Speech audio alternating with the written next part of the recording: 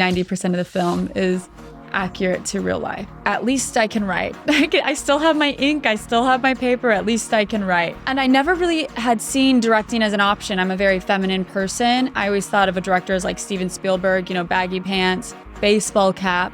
I want to show people that young, beautiful, objectified young women ask themselves the same questions that Dostoevsky did. I began to independently direct. I sold my car to direct my first short film because I had no money. Writing is so easy. You just sit down and bleed. And I feel that with this film that I just sat down and let it all out. They say luxury is a lifestyle. I say it's a mindset. And this one comes with room service. Here at the Mayborn, where European charm meets California flair, I don't just check in, I reset. Because real power isn't loud. It's knowing when to ghost the noise and draft something far more lasting behind the scenes. The Mayborn, Beverly Hills. Welcome to The Basic Show with Viktorija Pashuta.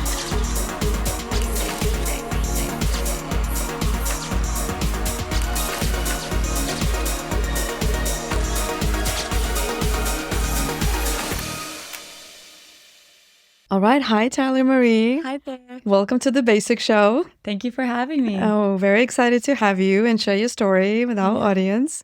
Awesome. You look fabulous, always sparkly. I love the eye makeup.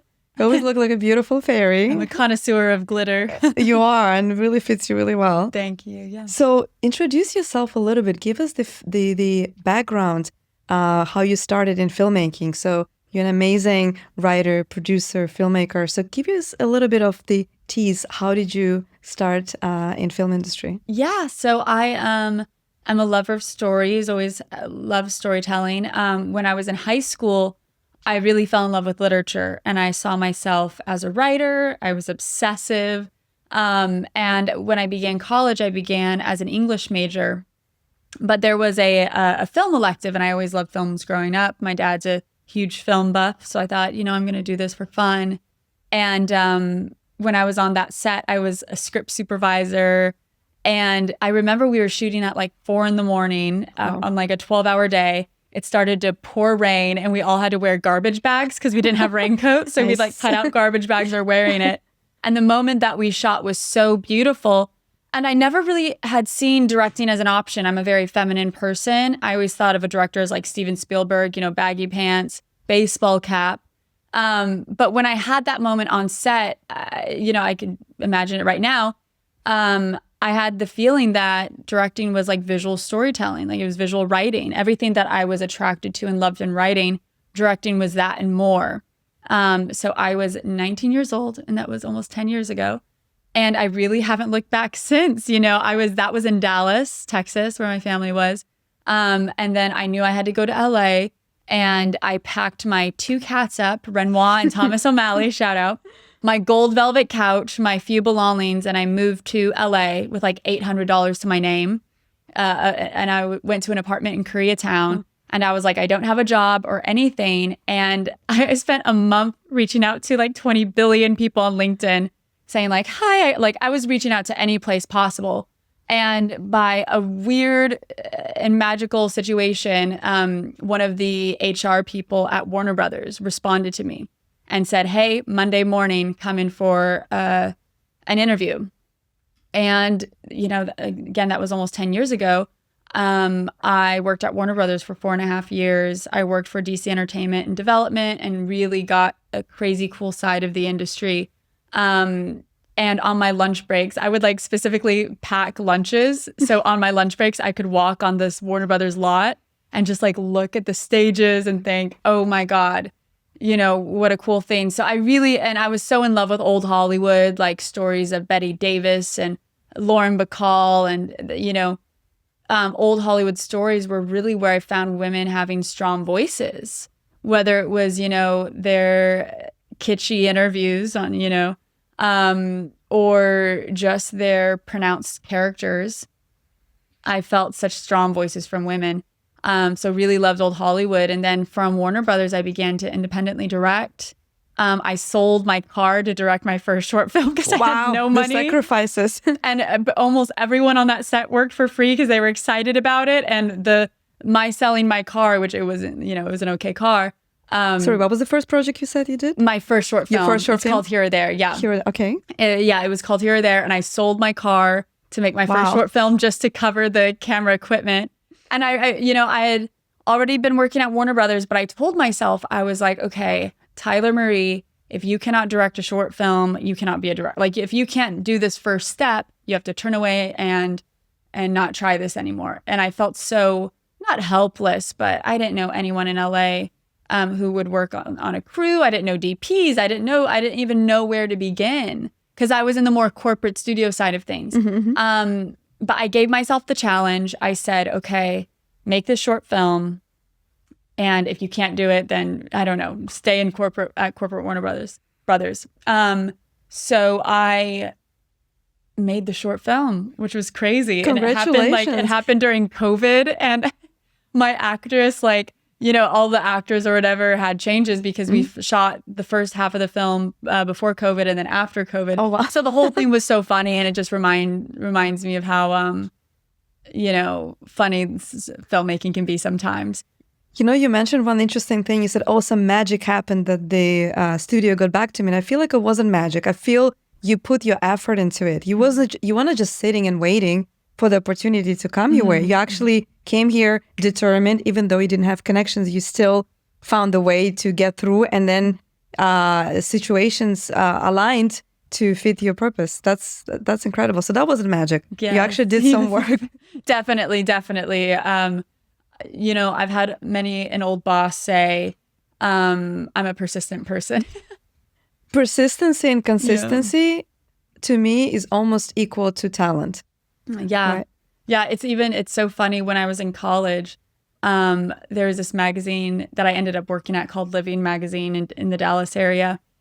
And I was like a junior in college and they weren't hiring. And almost every day, knock, knock, knock, I went to the physical location and said, I'll do work for free. I'll do whatever I will do whatever. I want to be here. And my editor, Megan Camp, who's so wonderful and a good friend to this day, she was like, it was definitely your persistence because we weren't even hiring. And then we thought, we'll make you the social media manager. And I went from that to assistant editor and my being an assistant editor at Living Magazine is what helped me get my job at Warner Brothers because I began as an assistant editor for DC Comics. So it's, that whole jump. And then from DC Comics, I went to television development at DC Entertainment. Wow, that's incredible. So you said you received rejections. You didn't take it for an answer. Yeah. You went, you knocked on the doors, you made connections, and this way they said, okay, let's give this girl a chance. That's amazing. Yeah, I did it with a smile, but I was definitely probably annoying to some degree. But also proves that you knew exactly what you want to do, right? You didn't take it for an answer, like, okay, you know what, I'm going to try something else and work in McDonald's. I mean, yeah. No, totally. And I always felt very much like, once I decided I was going to be a director, that was it. I knew I had to get there, and I didn't always know how I was going to get there, but I just knew that was the calling on my life. That's what I was supposed to do with my life. It was never like, I'm trying out different things. It was just once I knew, it's like when you fall in love, you just know, that's it. and you fall. And I fell in love with filmmaking. I fell in love with cinema. I got bullied in my little private university because everyone loved David Fincher, and I wanted Sofia Coppola and Jean-Luc Godard and Wong Kar-wai. You know what I mean? I love foreign cinema. And it's just so funny because it really felt like a deep love affair that began then and has been continuing ever since. Well, congratulations. I mean, I'm saying this because I recently saw on your Instagram the announcement that you worked on your first debut. It's called The Pretty Babies. Yes. Right? Yeah. Pretty Babies. Pretty Babies. So, and it's incredible because it's an all-star ensemble, right? We have Ashley Benson, we have Emily Ellen Lind, Madeline Page, and Sadie Stanley. Yeah. Congratulations, it's big. So can you tell us a little bit more about this project? How did you get it? And then what's the theme, a story behind this film? Is it a short film? Feature film. Length film. Wow. Yeah. Wow. Yeah, okay, tell us more about it. So, it's so funny. I, in college, because I got my degree in English and film, 2 separate degrees. So I was writing features then, and but nothing ever clicked as like, this is what I want to make my directorial debut. And it was 2020. I remember I was folding clothes in my closet and I just had this image in my mind. And I had the basic storyline, which is, on the Variety article. I had the basic storyline and I just thought of it and I was like, that's going to be my debut. I just know. And that was 2020. That was 5 years ago. There were like possible attachments and then it didn't happen and then it didn't happen, possible producers. And I never honestly was going after like big name, big talent or anything. I really thought, I believe the story was necessary and important. And I thought, if I have to get a more expensive car and sell that and make this movie, I'll do it. The cars didn't work for you. Yes, I know. Yeah. Have legs will travel. Yeah. I just thought no matter what, I need to tell this story. So maybe I'll get like a small amount together or something. I don't know. I rewrote that film 20 billion times. Same storyline, but like different scenes and different arcs and all that stuff. And early 2024, I had like this 120-page script, but it didn't feel like what the script should be. And I just moved into this house in Silver Lake. I was by myself with my cats. And I remember having this realization of, oh, this is me and my best friend. And it became very personal and it became very emotional. And I took that 130-page script and I made it my script that I have now. And it's so funny because I was like, I'd never been to Cannes, the film festival. And I didn't have the money to have gone to Cannes. So I did a payment plan for my flight. Great. Love I was that. like, I think I can afford this amount and I'm just going to get myself to Cannes. Yeah. And I don't know what's going to happen. Maybe I'll fall asleep on a bench. But I just wanted to be in a place where cinema, I told you, cinema is and probably always will be my number one love affair. And I wanted to be in a place that loved cinema too. So I went to Cannes and that at like some event, I met my producer, Jordan Wagner, who's like one of my closest people, who is one of the main reasons that this film is where it's at now, because he saw the vision, he saw me, and he gave it wings to fly. So you, not just a director, you're a writer. You wrote the script Yeah. a million of times. You found the way, come to Cannes, and then you found the producer. Yeah, and like I said, Jordan, I couldn't have imagined a better producer. I couldn't have, give me a magic lamp or something and, you have the wishes. I couldn't have wished up a better producer. He is so perfect. We're such great collaborators. And he really, like I said, put wings on this project and made it fly. So how do you even approach him? Like, what did you say? Like, excuse me? I honestly didn't even pitch him the project. Like, we met, we got along really well. We became really good friends. Yeah. And then from that friendship, I think like a trust established, and we both had similar backgrounds in growing up. So we saw a deeper part of each other. Like I'd say he's probably one of my closest friends.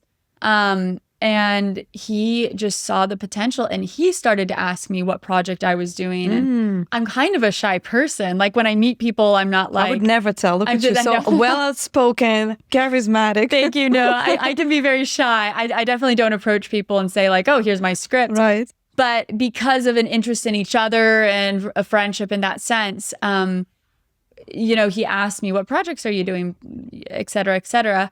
And that began the conversation. And then he asked me to send him the script. And I've never had this happen. I remember I sent it to him at 10 a.m. And at 4 p.m. the same day, he texted me and he was like, I want to produce this. Wow. And it was so surreal. It was July last year. It was a year ago. Wow. And I can be a little cup half empty in the sense of like, is this really going to happen? He's working on all these other projects. I don't have attachments. I don't have anything right now. But he really stayed the narrow course, built it with me. He did so much work that he didn't have to do. For me, I see the vision, I see the story, and I have that belief in it. But he really came in and helped to such an incredible degree, and we worked on it together to bring it to the point that it is, which is like, it honestly feels like a Cinderella story. It is a Cinderella story. It's a Cinderella story, finding these actors who fell in love with the story, fell in love with the characters. Mm-hmm. And what I love, and that's so consistent amongst every collaborator on this set, is a love and a passion for cinema. and a love and a passion for story. We don't have big paychecks. We don't have glitz. We do have glamour. We have the but, glitter. You know? We have the glitter and the but glitz. It truly is people loving cinema and loving these characters and loving the story. And I know without a shadow of a doubt that that's going to come through in the piece, because it's how we built it up, you know? Well, congratulations again. It does Thank seem you. like really incredible story that you will see through. And it's exciting because this is your baby, right? This is your project. So It's you like will have pretty baby, you know, you will be able to, you know, look it through and direct it exactly how you envision it, right? So it is such a lucky thing, because I know so many directors sometimes will write and they're not able to direct, or they're waiting for the script. And like I said, this story, I just feel it in my bones, in a deep part of myself.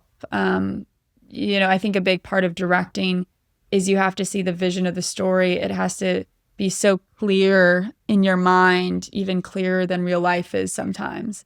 And thankfully I have that with this one that I'm so excited about. So I know you cannot say a lot about it, but can you give us just the teaser, what the story and the movie is about? Yes, yeah. It's about two best friends who, sorry, can you tell me what I just have to make sure I'm not actually, adding I'll anything. read it out. Yeah. So this story follows two teenage girls running away to chase stardom, only to face the dark underbelly of sex work. That is, I know. Is it something that you personally had to encounter in terms of the plot, or it came just as an inspiration from, like you said, a cutout of the newspaper? How did it come? I went through so many. I'd say most of the film is, I'd say 90% of the film is accurate to real life. And that's what I find special about it for myself, is it's so personal. There's a famous quote, it's Hemingway. He says, "Writing is so easy, you just sit down and bleed." And I feel that with this film, that I just sat down and let it all out. And so it was less building a story concept and more therapy. You know, I'm not someone who's like, oh, I write 5 pages a day, check. I'm someone who, in breakups, in tragic moments, in difficult times, you know, we all have our vices. And for me, it is opening up that laptop and writing it out. You know, when I'm hurt, things I don't quite understand, when there's situations that I can't even give answers to sometimes, I open up that laptop, and scenic writing is what gets me through it. It's really therapeutic for me. I don't write to just like achieve or do something like that. I write because I need to, because how am I going to hold this? It's interesting you say that, because in my mind, it's not easy to sit down and finish the project from A to Z. I know a lot of writers have writer's blocks, or they want to do something, they're so passionate, but they can't really pass through certain blocks. They have to finish the story. In your case, it's opposite. You were feeling and living that much, so you just almost like in one breath. Yes, I know. I have like 10 yellow legal pads, so many docs with just like scenes typed up and in the most unorthodox way. And then I sit down and I look at the computer screen, and then I begin to mesh the story together, because then I really see it. So as a director, what are your anticipations before you start filming? Like, what do you expect? Have you ever been on the set that big? I mean, it's probably the first feature. I've worked, first feature. It's so huge. What's daunting is, of course, the timeline, the amount of days. You know, I've shot short films and commercials and music videos and things, but, you know, you have 1 to 3 days. Obviously, a feature is much longer. But I am walking into this with such a genuine passion for cinema. With, you know, I'm known for a very decent work ethic. And I believe that, I don't know, that the souls of my mentors will guide me. That being like the Wong Kar-wai or the Jean-Luc Godard, or, you know, the Scorsese and Sofia Coppola and, you know, Sandra Luck, you know, I don't know. But I believe that the Jane Campion too, all these directors who I love, who feel, you know, like parts of me, will guide me, because I'm coming to it with like a genuine desire to touch people and make a beautiful film. That's really beautiful, what you said. I don't know half of the directors you mentioned, but tell me, so you said you're very quiet and shy. So being a director, you need to get the actress to the point where they fulfill your vision. How do you feel about, settling for certain scenes or getting them to where you want them to get, kind of overcoming your shyness, or it's a whole different personality that comes out of you when you direct? It is. I feel more like myself when I'm on set directing. Okay. And because I care so much about it. And I also usually cast actors who have a deep understanding of the characters and the story and why we're here. It's definitely not for close-ups. Like, it's for the story.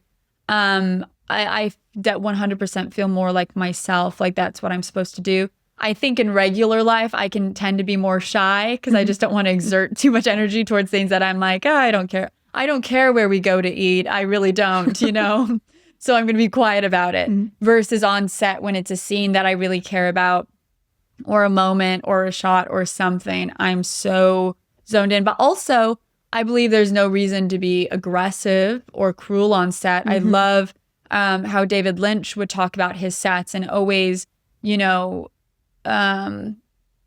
treating his crews and cast with kindness. And that's something that I aspire to do as well, is to always treat, whether it's a PA or makeup or anyone, whoever is on that set, I want to tell them thank you for being on my set. What if they're not fulfilling your vision? Would you have the strength to really put them in their place, or you would rather just go along with it? I think if they're not fulfilling my vision, then I'm not communicating correctly. So I need to change or work on my communication, because I think that's one of the biggest pros of a great director is their ability to communicate to anyone the vision properly.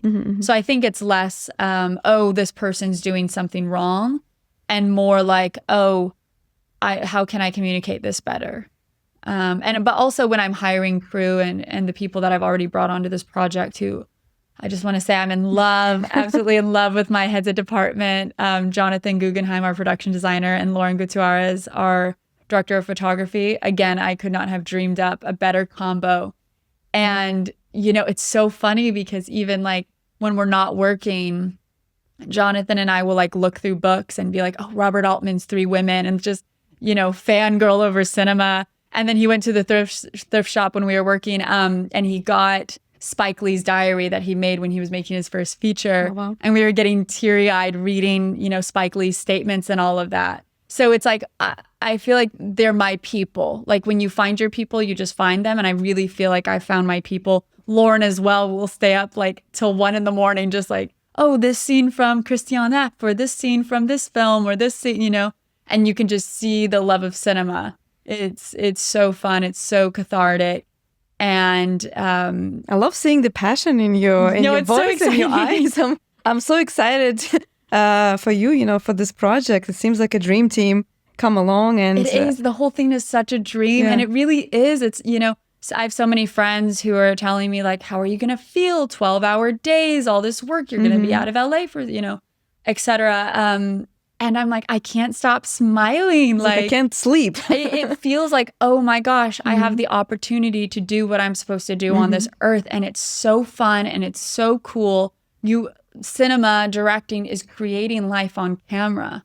It's bringing, a little Frankenstein's monster. You're creating life. You're doing something. You're building almost worlds, godlike right? in a sense. Right, and right. it's just such a privilege. It's so beautiful. And then to find collaborators who see that too, and aren't on set for status or anything. Like even the actresses are so passionate about cinema and agree that it's such a privilege that we get to do this. So speaking about that, how would you describe your style, I guess, filming style, your aesthetic when you're shooting? Well, I would have to say two of my biggest influences are, foreign cinema. I love Bergman and Godard and Agnes Varda, and so much of foreign cinema has influenced me, and it's a lot more emotional. I actually last night was just rewatching Hiroshima Mon Amour, and the opening scene of What is it? Hiroshima Mon Amour. It was made, I believe, in the early 60s or late 50s. Okay. But it's about the Hiroshima bomb. But Oh, I see. how the film opens, it's of these two lovers cradling each other, and you see this dust falling on them, but it has like a weird glow, and it's so melancholy and sad because obviously the bodies were buried alive. You know, moments like that where an image in cinema creates the whole feeling, creates everything that's so powerful. So foreign cinema has been one of my biggest influences, as well as old Hollywood. I love films. I have a funny story, actually. My family became very religious. They became born again Christians when I was 13, 14. Okay. And I wasn't allowed to watch any movies like after the 1960s because they, you know, were a bit strict about it. So that was when Netflix had the DVDs that you could have sent to you.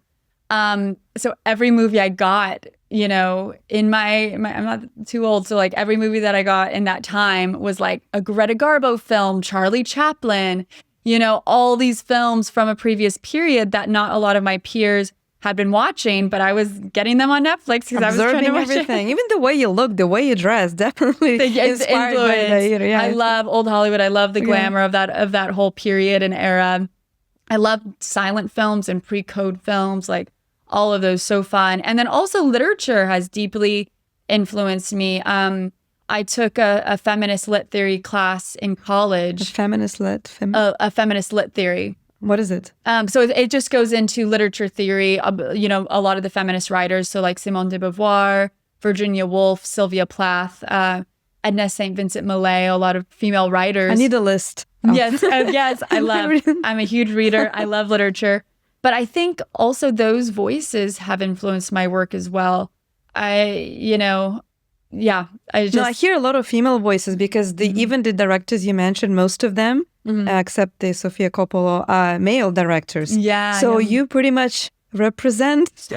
There aren't a lot. Yeah, it's really funny. Okay, give me 3 top world famous movies directed by female.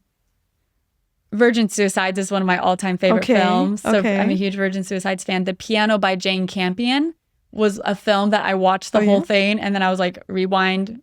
I just watched it over and over. Also one of my top films.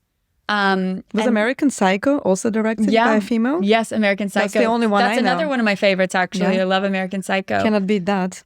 Yeah. I know. I can't believe they're doing the remake. But to me, honestly, it feels like most of the times when a female is directing, it always comes out a little weird. I don't know why. And I think sometimes there's been a push for female directors, but we're still especially if they're not writing, sometimes it feels like placing the female director still in the construct of the male gaze. My story is very much the female gaze. It's very much a female voice. It's not just having a female direct an action movie so we can say, you know, we dotted our I's and crossed our T's. But I think women in general want to hear women's stories. Absolutely. And in the way women experience and see and touch and live and breathe and die. And that is, I think, how feminist literature has influenced me. You know, The Yellow Wallpaper, famous short story. Virginia What is it Woolf, about? The Yellow Wallpaper. Yeah. It's really interesting. It's about a young woman who is being treated in a very animalistic way for mental health issues. Okay. But she's being treated like a lesser person. And it goes, I believe Is it also from the 60s? I think it was written in the 60s. Okay. Yeah. I haven't read that since college, but it was definitely like a story that stuck with me. But, you know, female stories are also human stories. I also love male writers like John Keats. And I just want to see more badass women, right? In film too, represented, because I feel there's more emotional depth in the stories, but we're still lacking the drama, the speed, you know, the action. Yeah. And it's really hard, I feel like, for female directors to bring those elements, but still have the female voice, heard through it. Yeah. Honestly, Sofia Coppola was one that really, I thought she did such a fantastic job. Virgin Suicides, again, one of my favorite films, I think is a really beautiful bit of storytelling by a woman lost in translation. It feels so real. And like I said, it feels female like the feminine gaze. So I feel, you know, I can't even help but write from the feminine gaze. Like I said, I'm a very feminine person. So it just naturally comes out. I have a sister. I'm very close with my mom. Most of my friends are women. Most of the people I'm surround myself with are women. Most of my characters, if you look at this, it's like, oh, it's literally all women, because that's who I understand and know how to write and be, in a sense, for film. Well, we definitely will be looking forward for that. When does it? When is it going to premiere? We're hoping festival season 2026. Wow. So, Okay. Well, fingers crossed. yeah. Looking forward. So, being as a director, what are the differences between shooting, directing, let's say a commercial or a fashion film or a feature film? Well, so, fashion, I always like to tell some sort of story. With a fashion film, it's very visual and, sometimes moody or things like that. It depends on the concept, but you're playing a lot with colors and temperature and movement and minimal dialogue or almost no dialogue. Commercials, you're working with a brand. I actually love commercials and prefer them over music videos, because I feel with commercials, you can think of a really smart way to sell a product. You In can 30 seconds. Yes, exactly. You can tell a story. You can get someone's emotions. I can't, that commercial hasn't come out. I recently did a Chinese laundry commercial. And the scoop. I know. That was one of my favorite commercials to pitch, because it's very much a human story. Even though it's a commercial, so you watch it and it feels like a short film almost, even though it's short, a very short film, even though it's selling a pair of shoes, but you wouldn't have guessed that at the end. And I think that's a really cool thing to do with commercials. But feature films, it's like that's where it's at. That's the great American novel, it's telling a full story, telling a character's whole journey. How would you compare a full feature to, let's say, a TV show? Would you like to one day direct a TV show, or are you more, the fine art form of the cinema? I'm a little bit of a commitment phobe, so I think television shows seem daunting, because it's like, okay, when is it going to end? How are we still on this topic? Some of them are really great, like The Penguin. I like to watch. It's so funny. I actually worked on the early stages of development on The Penguin. You did? At DC Oh my God, such a great show. Television development. Yeah. But yeah, so with films, for me, it seems like this is the first, but even like my second film, like I have the beginning pieces of that, and it's a whole different chapter of my life, still very feminine gaze and female gaze and feminine characters, but a different chapter of my life. Whereas this one is about this chapter. So I feel like with narrative features, you have an opportunity to discover different parts of yourself. Where I would guess, I worked in television development when I was at Warner Brothers. It's just longer and a different type of storytelling. I'm not... It's interesting you said that it's, in a sense, like you said, a therapy for you, introspective. So it's not just you are telling a story, you're kind of giving a little piece of you, which is really interesting. It's not like some project you've been hired to do, right? So it's totally different. That's why I have such a cathartic release with it. It feels, it just has the coolest feeling, because it feels like it's literally a child, like it's especially creation. You worked on it, for more than almost 5 years. Yeah. Exactly. And I remember an old friend of mine, we had seen, I think it was like Goodfellas or something, some Scorsese film. And after we saw the film, we were talking about it, and we were talking about how, he took a part of himself to make that his life. Like, it was probably, people in that film might have been like characters in his life, and just like the parallels there, and how a director and writer, takes part of himself out or herself to make this story. Like Paul Schrader's, how he talks about Taxi Driver, and that's what he was going through. He was just driving around and going through these similar feelings. It's like you create these characters, not everyone, but a lot of these auteur directors, which I consider myself an auteur director. Which director? Auteur. So auteur, what is that? More like a more poetic, more emotional, poetic type of a director, more of a singular voice. It's sort of how you can say that's a Tarantino film. Oh, it's like its specific voice and style. So what is one word you can say that defines your style? Ooh, that's a good question. Sparkle. A single word. Sparkle. No. I'd say something connected. Like, I will give this a little bit. In all of my short films, and maybe the feature, who knows, I have a similar theme of characters having to confront their fantasies, their dream life, and realize what the truth is. Like we all have our idealisms, romanticisms, things like that. And I seem to consistently show a character's inner dream world or idea of life, and yet they have to confront reality in a sense. So that's, I don't know if that's... When I've seen your short films, they're to me very ethereal. Ethereal is a good word. Right? Maybe very dreamy, ethereal. I love that. Very sensual. Yeah, very sensual. Yeah. I love it. Vintagey. Yeah. I love that. Yeah, you definitely have... I love all those words. Yeah. You have definitely a defined style, and we need more of that. We need more female voices showcased because, I mean, tell me from your perspective, since you worked in corporate Hollywood, what is the stance right now for female directors? Is it something just for them to put a tick and saying, okay, we just need more female directors, or they're genuinely interested in exploring female perspective?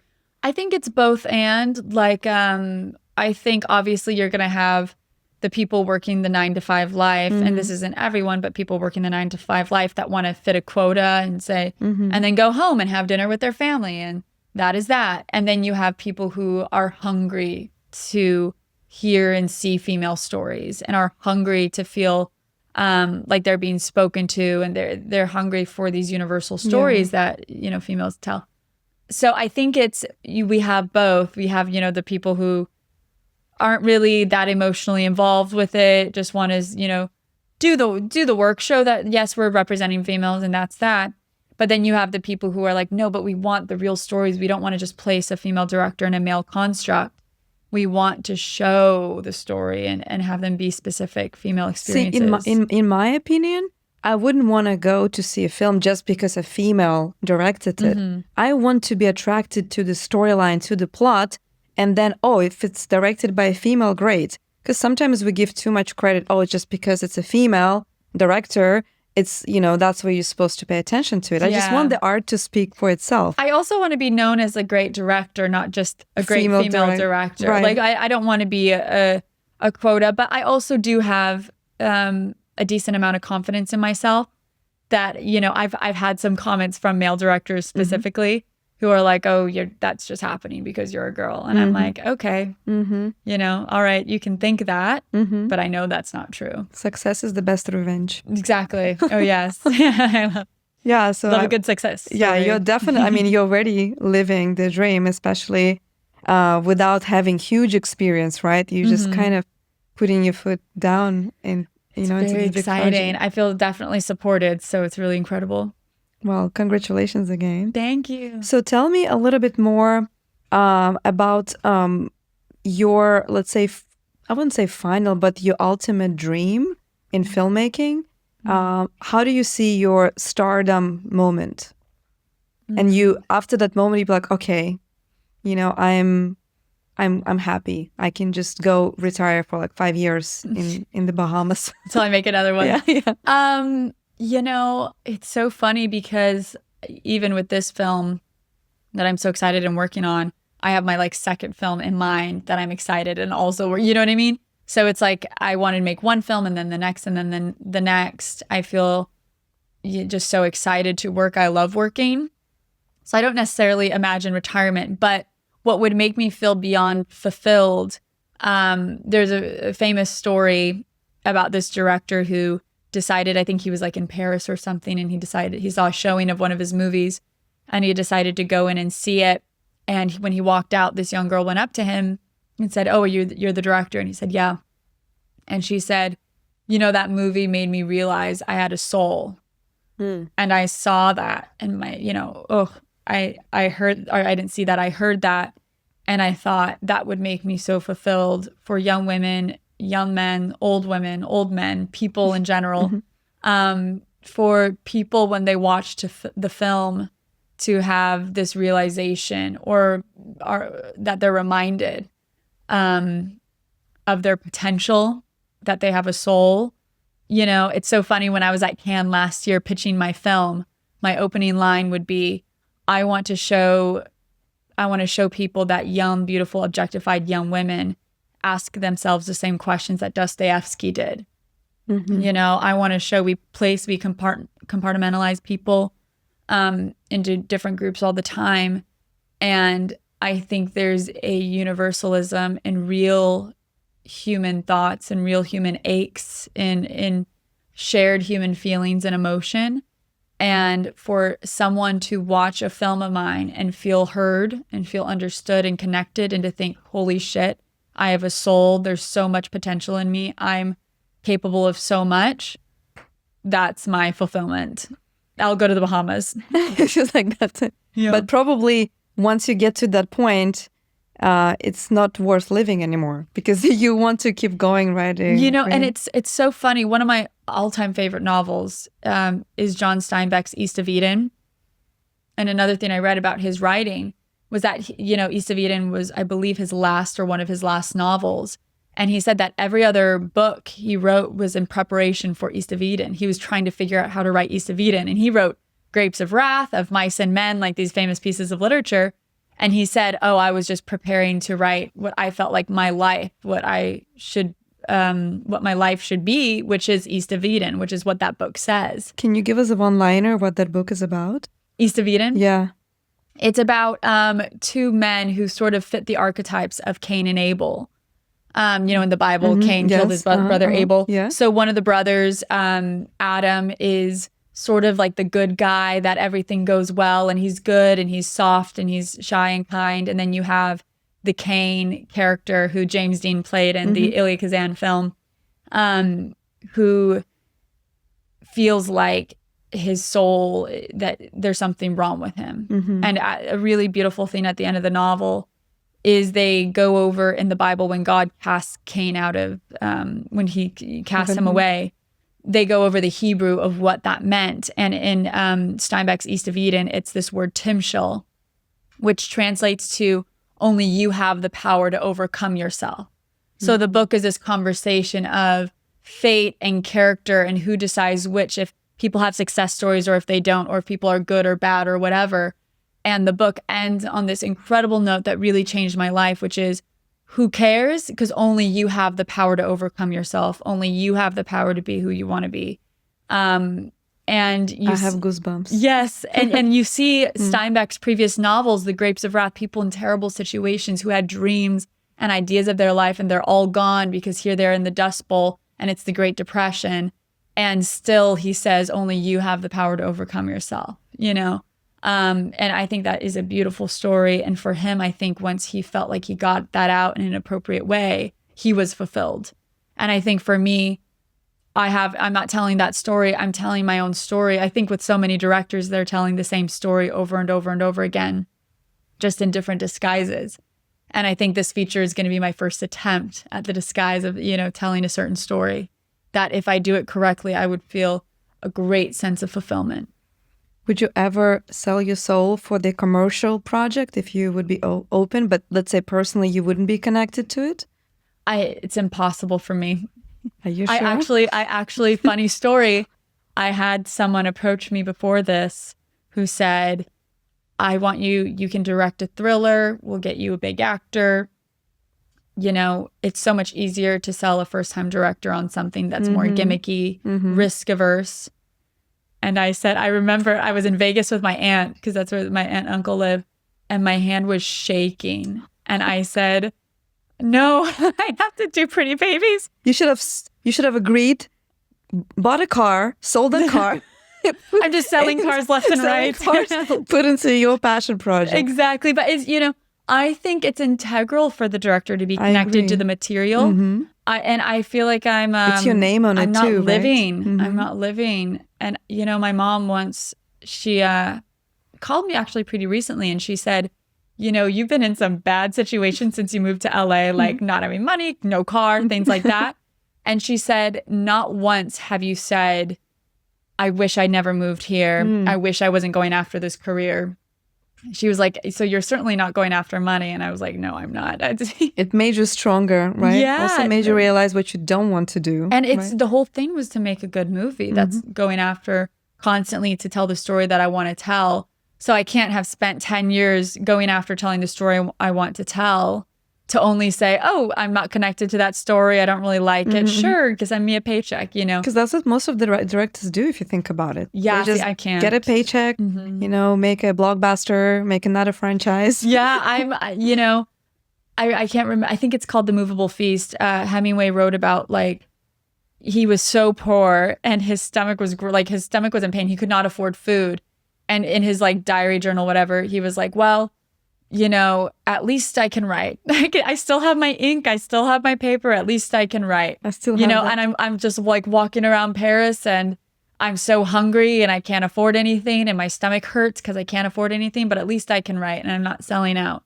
And don't worry, I can eat. I have food. I have, you know, but I can't ever sell out because it's like the art is the thing. It's not Well, fame. if you It's think not the actors. hunger drives creativity, I feel once you have that starvation in a sense that it's pushing you to break the limits, right? Create.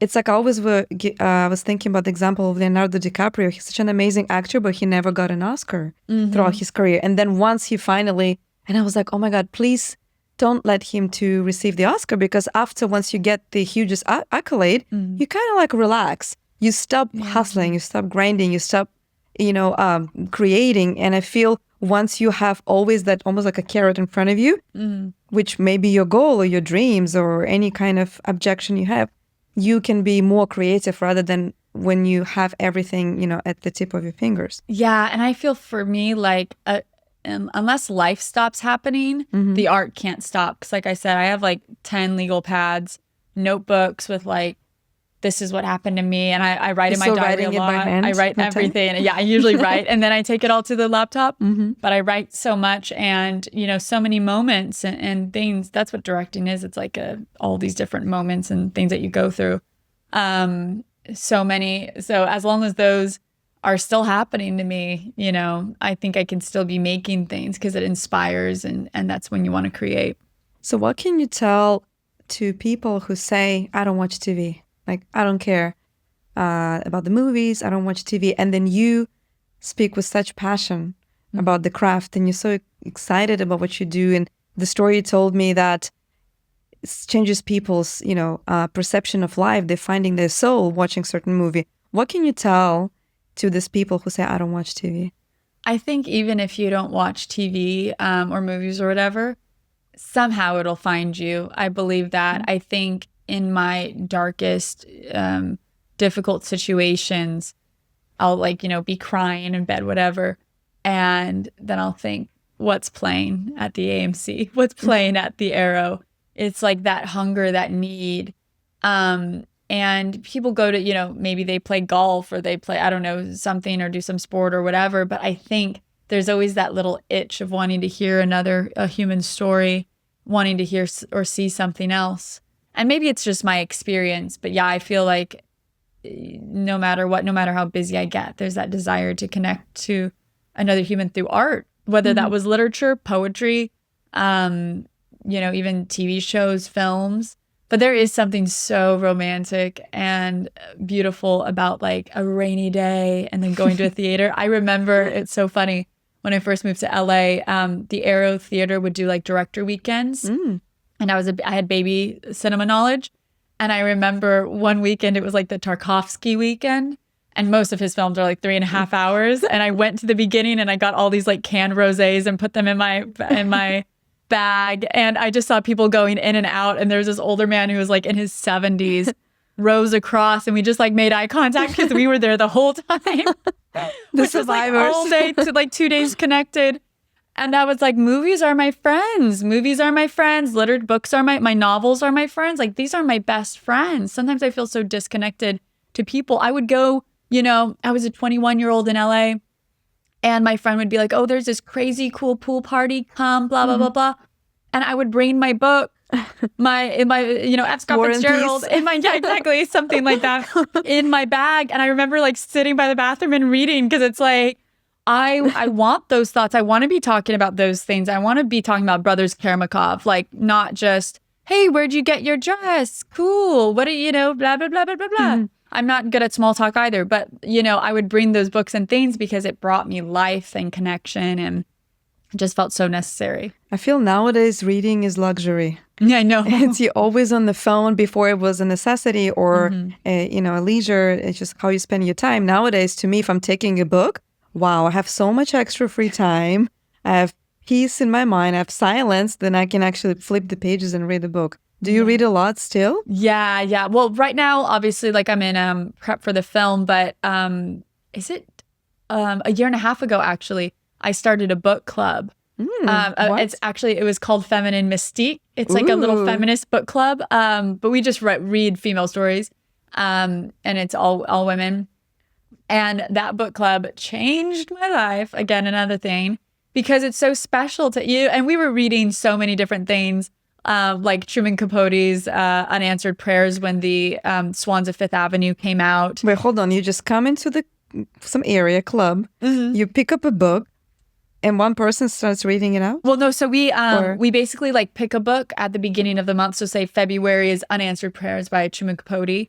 So we read separately in our homes, and then we come at the end of the month, and then I would have us, like, for example, for So the you Swans, discuss it. we would all dress up like the Swans of Fifth Avenue. Okay. And we would have themed foods, and we would discuss the book. And we did it with so many. We did it with Gertrude Stein's Paris, France, and a lot of modern books, a lot of classics. But it was really cool because then, Sounds you begin, fun. I will Venus just and read it just Furs for the opportunity to dress up. Yes, I know. We have so many themes. But it was so fun. And it was like, I think our group is like Do you still 10 have this women. group? I still have this group. I haven't read the last 2 books because I've been working on this film, but I told them, I said, September, I'll be back. I'll be reading. So how can women, or is it just a female women's club? It's at my house. It's like a very Okay. intimate like group of 10. So what's the casting process to be part of the secret book club? You talk to me, you Then you slide into your DMs. you just slide into my DMs, you can get in the book club. I also follow a lot of book clubs online. I think people having book clubs is so important and so great. Because I think, we have so many things that are supposed to better our careers, our relationships, our health. But what about our interior lives? What about our minds and things like that? And I think reading does that, Food for thought. Food for thought. Yeah, it deepens us as people, connects us to other people, allows us to understand their experiences and thoughts. It's so powerful. So having my little women's book club just, moves me to read more and connect with others. It's really fun. You make it almost like an immersive experience. It is. In a sense, it's reading, but also you make it fun. It's always the outfits. All of the outfit. So what is 3 books you would recommend anyone to read who want to be a director? Ooh, that's a good one. I would say Hitchcock Truffaut. Which one? Hitchcock Truffaut. That's what it's called, Hitchcock/Truffaut. It's when Francois Truffaut interviewed Alfred Hitchcock about every single one of his films, and it's their dialogue back and forth about every film, and it's technical, and it's just Hitchcock's the master of suspense, one of the greatest directors, and then you have Francois Truffaut, who's one of the greatest directors of French New Wave cinema, and they're just talking about film, and it's this big thick book. And it's in my suitcase, and I hope it doesn't make my suitcase too big right now. It's your Bible, huh? It's my Bible. So that one is one of my favorites. Elia Kazan's book. He directed Streetcar Named Desire, East of Eden. He was Arthur Miller and Tennessee Williams' like key director. Is it a biography or what is it? It's his diary, basically, his journal about directing. So he talks about each character. He talks about building the character of Blanche Dubois with the actress opening on Broadway. Elia Kazan's book changed me with directing. It was so good. And then Bergman's Images, which is Ingmar Bergman, his journal in a sense. So it's kind of like our director's so you kind of like more read on the internal thoughts and their perspective. Yeah. And, Bergman, I love his thoughts on cinema. And then, he talks about getting sick after every production. And I'm like, I feel that because you're just exerting so much energy. Because I guess emotionally you drain, right? Totally. So I'd say those, Bergman's Images, Francois Truffaut, Hitchcock, that book, and Elia Kazan's. I think it's called On Directing. But yeah. Very good list. Thank you. Of course, yeah. And so you picked such a profession that to me always sounded like an elitist profession because directors like the conductors in the orchestra, right? They manage every little detail. And it's, of course, you have a competition amongst the actors and the production designers and the costume designers, but directors, you can count them probably by hand, how many there are directors. So do you ever see yourself being like what is it called, starstruck? When you get super famous, super popular, your movie's going to be in every single cinema. Do you feel like you're going to really kind of get bougie and lose your sense of passion, I guess? The rawness that's about you? I don't think so. You know, it's so funny. Growing when I was little, like elementary school, my mom worked 2 jobs to send me to this very almost elitist private school, very expensive private school. And my parents did not have money. We drove a van. My sister's disabled, so we had this van that they got for her wheelchair, but we called it the Scooby-Doo van because it was constantly breaking down. It was a piece of shit. And my mom was working a full-time job in marketing and selling Avon door to door to pay on the side for me to go to this private school. And I saw so many kids from really well-off families and money being a thing.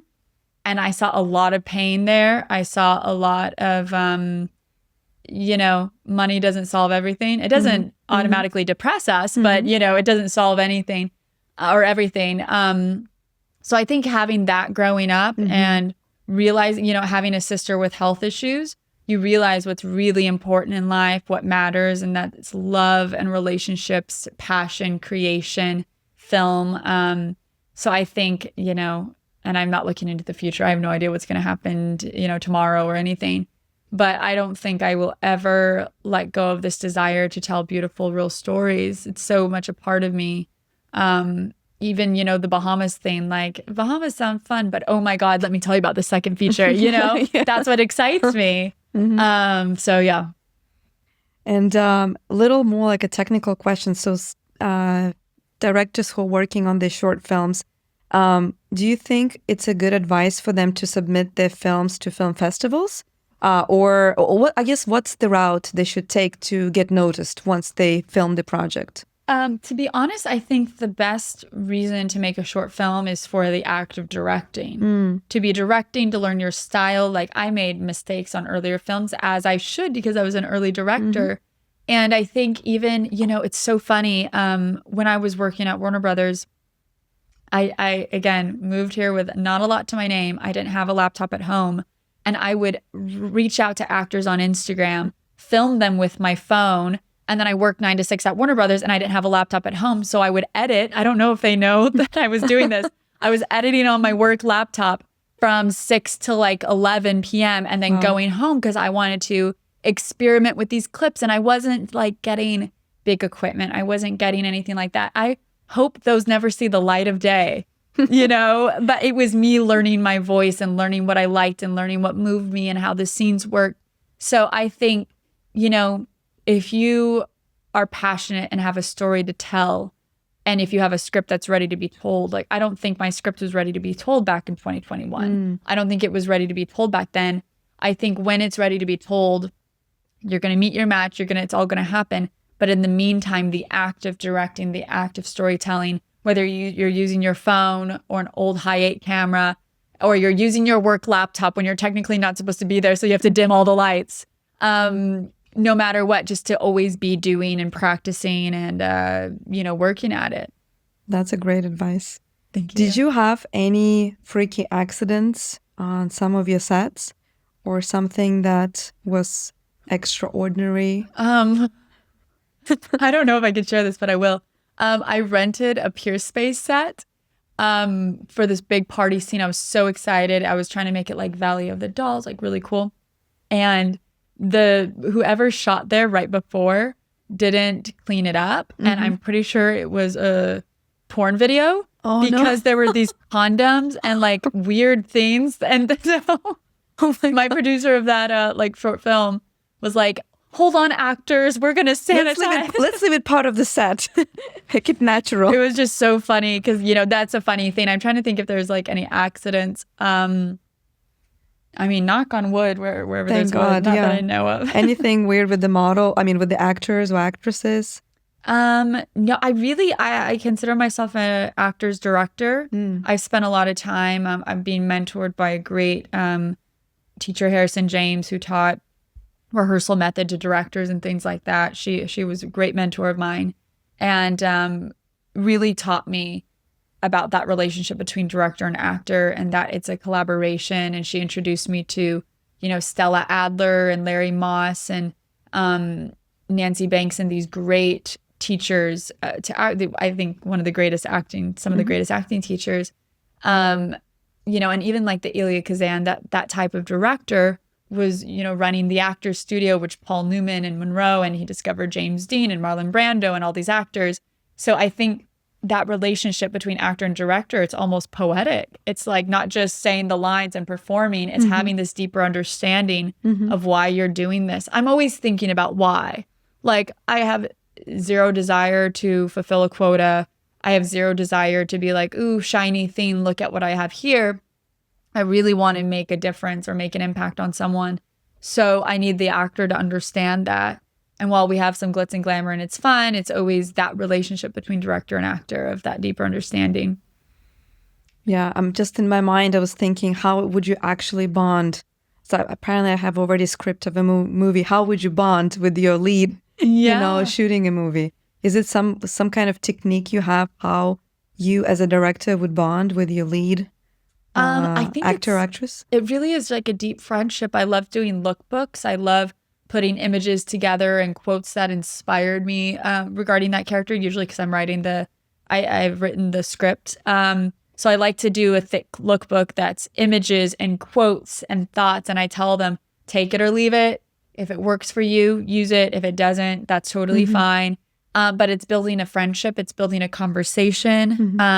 Of course, there's like classical acting techniques I like. I lean more towards Stella Adler, Larry Moss, like I said. So what acting technique is that? Lots of different ones, like different